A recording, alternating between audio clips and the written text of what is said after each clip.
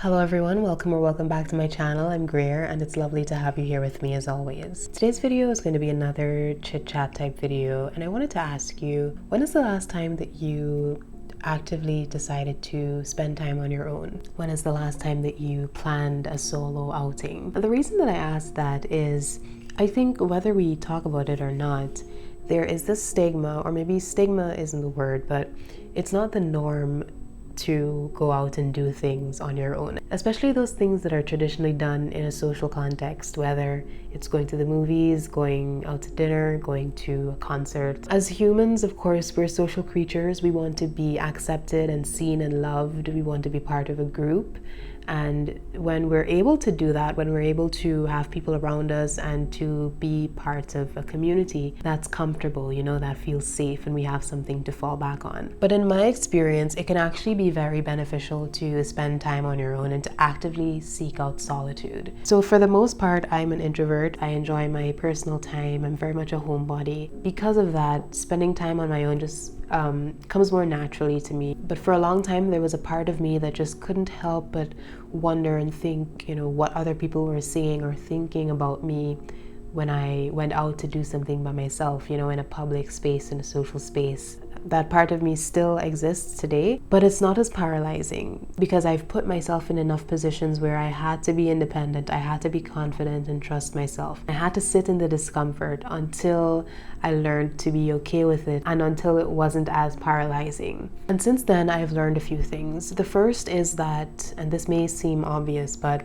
you learn so much about yourself when you actively choose to spend time on your own. You learn what you like, what you don't like, how you choose to interact with the world, what your pet peeves are. And I think it can be very easy when you're constantly surrounded by other people to just absorb, their personalities, because that's the easy and the safe thing to do. You get into this rhythm where you just go with the flow constantly. That's fine sometimes, but I also think it's important to be able to say, hey, this is what I like, this is who I am, this is what I'm about. In that way, you get to experience and you get to actively seek out more of what brings you enjoyment. If you are not sure of yourself, people are going to take advantage of you. They're going to walk all over you. And I think that can be prevented by knowing who you are. And I think one of the best ways to get to know who you are is by spending time on your own. Another thing I learned very quickly is that when you wait on other people to enjoy life and to enjoy experiences, you miss out on a lot. You miss out on your life. I always think back to studying abroad in Germany. The truth is that I really did not connect with a lot of people on that program, and I think it's because they were interested in doing things that I was not interested in. I realized that given the location I was in, it was going to be very easy to be able to travel to different countries, different surrounding countries. I wanted to have somebody to go with me and to experience those places, but like I said, I hadn't made that many connections at the time. So I really just had to say, look, Greer, this is something that you want to do. You just have to trust yourself and you just have to go. And I ended up doing 5 solo trips. And even now, just thinking back to that time, I'm like, wow, that is the Greer that I want to be. I trusted in myself. I was confident enough to make those plans and execute them, and to be in those unfamiliar environments where a lot of the time I didn't know the language and I had to do uncomfortable things. I had to ask people for directions. I had to sometimes be okay with being embarrassed, if I tried to say something in the native language and it didn't come out right, or sometimes ask people to take photos of me so that I had something to remember those moments by. So what helps me is being able to look back on times like that and to see that I am capable of going out into the world and surviving on my own and being independent. Inevitably, there will be times where you have wants and interests and tastes that are different from your friend group or different from the people that you're surrounded by. And if you don't allow yourself to explore those differences, then you're doing yourself a disservice. Not only that, but you're also preventing yourself from making new connections and new friendships and relationships that are outside of what you've already established. So say, for example, you're like me, you have an eclectic music music taste or sort of, you know, you're interested in like obscure bands. A lot of the concerts I've been to, I've actually been to on my own. I've had those awkward moments of, you know, just standing there waiting for the band or the artist to come on, and, you know, everyone else is around you with a friend group and they're talking and chatting and laughing. But I've also seen other people who've had the same idea as me. I've also seen other people who show up by themselves. And what eventually happens is the artist comes on, everyone has a good time. And it doesn't matter that you're here alone or you're here with a friend or you're here with a group.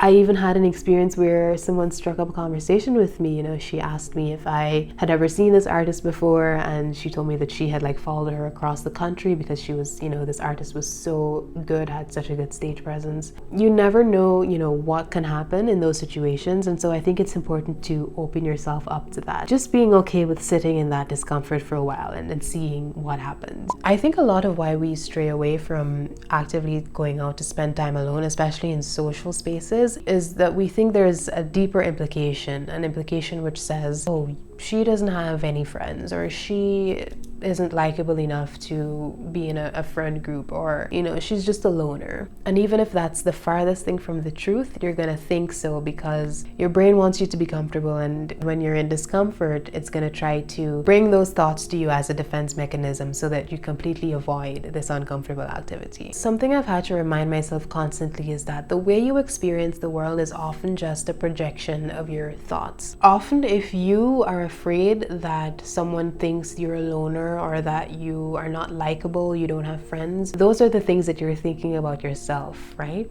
So that's what you're going to project into the world. That's how you're going to experience your life. I think I've talked about this or alluded to this in previous videos, but honestly, nobody really cares as much as you do about your own self-image and how you are perceived, right? No one is really judging you as much as you think they are. Most people are just concerned, or just as concerned, about themselves, and they're taken up with those thoughts as well. No one is going out of their way to be concerned about what you're doing alone at the movies or what you're doing at this restaurant by yourself. Even if they are, that says more about them than it does about you. Why are you letting the possibility of how a stranger perceives you, someone with no impact or influence on your life, why are you letting that dictate how you experience the world? When you think about it that way, you realize that it's not that serious, right? If you're someone who struggles with this and who experiences that anxiety, maybe social anxiety and fear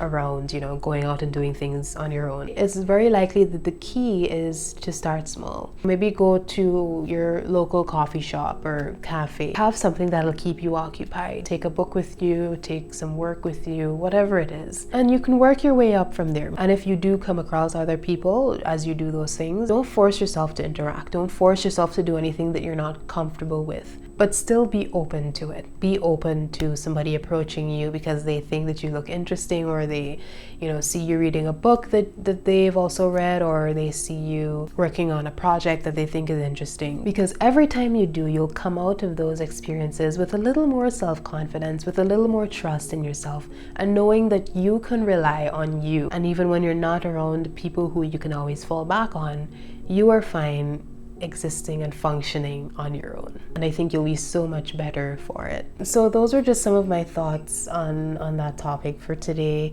If you enjoyed the video, remember to leave a like and subscribe. Let me know if this is something that you've experienced, if this is something that you've struggled with at any point in your life, and if you do end up going out and taking yourself on a solo date, maybe let me know how that goes. Let me know, you know, what the experience is like for you, and how you were able to overcome your fear or your anxiety. I'd love to hear from you in the comments section as always. Take good care, and I'll see you in the next video. Bye.